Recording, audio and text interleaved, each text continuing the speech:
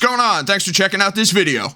So let me just start by saying that 2023 is going to be an absolutely epic year for video games. I can't even put into words just how hyped I am for what's coming out. I just wish I had more time to play video games, but between working a full-time job and building a YouTube channel, it's really freaking difficult. That's why most of the time I'm posting my videos in the middle of the night, because that's the time I'm actually finishing them. But whatever, you aren't here for that. Even between work and YouTube, I always make sure to find time for gaming. And this year is going to be huge. So let's fire some off.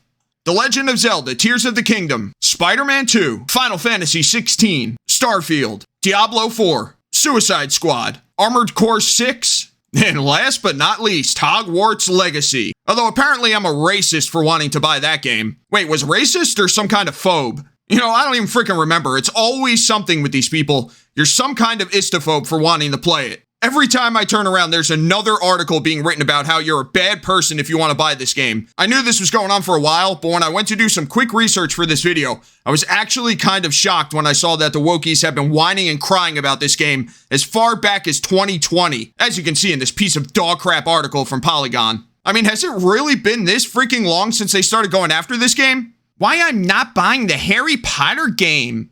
Hogwarts Legacy is tainted by J.K. Rowling's transphobic views.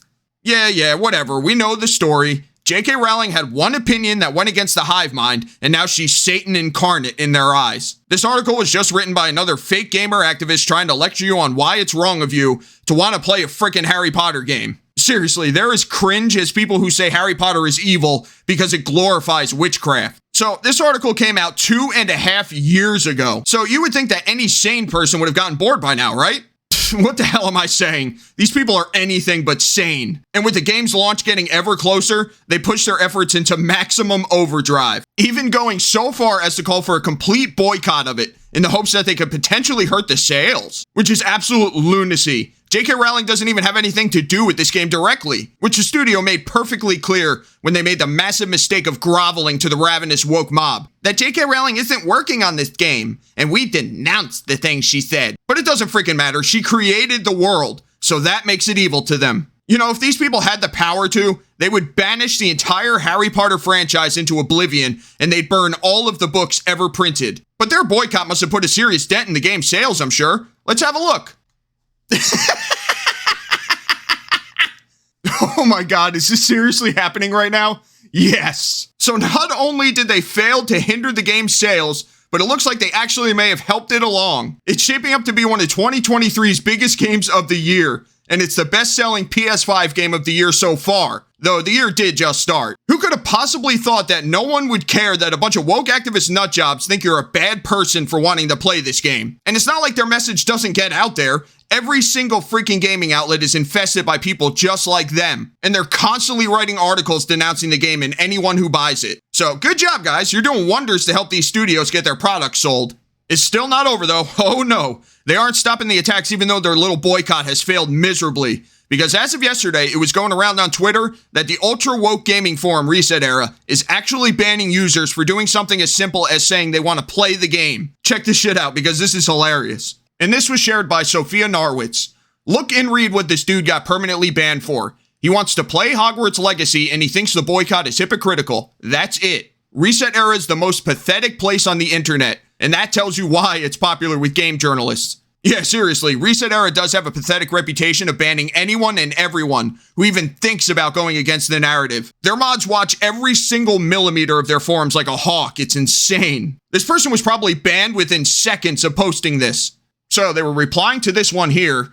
Seeing those tweets and how that woman did not hide her shitty opinions, this company is not looking good at all. There are more pieces of shit inside LRG for sure. No. Also, to all those people that want to buy the turf game, have some empathy, but guess that is impossible to you.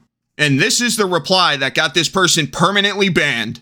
It's not that it's impossible, as I do have empathy. It's just that I want to play it. It's the same with eating meat for me. I really like meat despite liking animals and being empathetic to all the suffering they go through to end up on your plate. I honestly don't disagree with the boycott, but just like how I don't disagree with animal rights activism, I feel like I'd need to boycott most fun stuff in my life. How can I boycott this one game and eat a steak the next day? Or play on a console most likely made by slavery? I agree with the stickied Uyghur thread as well, but where do you draw the line? I'd find it hypocritical to just do one easy thing like boycott this game and ignore all the other problems. In the end, I find the easiest solution to not draw any line. For most people, the easiest solution seems to ignore it all, which is why the Uyghur thread only has a fraction of the views of the PSOT32, despite being stickied for ages.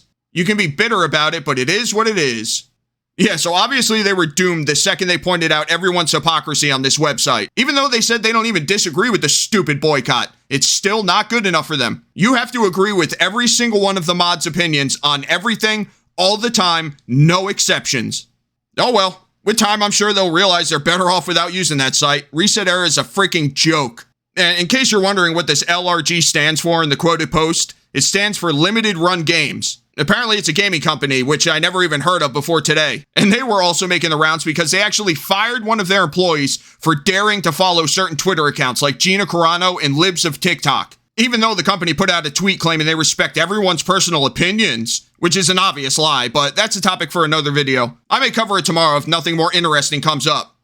So, there you go. Hogwarts Legacy, constantly under attack for the most idiotic reasons. But the only thing these people are managing to do is help put it into the record books as one of the best-selling games of the year. They just never learn, do they?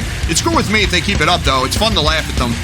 So anyway, that's it. Let me know what you think of this in the comments down below. If you enjoyed it, hit that like button and check out one of these other videos I uploaded recently. Or consider subscribing if you want more content just like this. I'll catch you all later.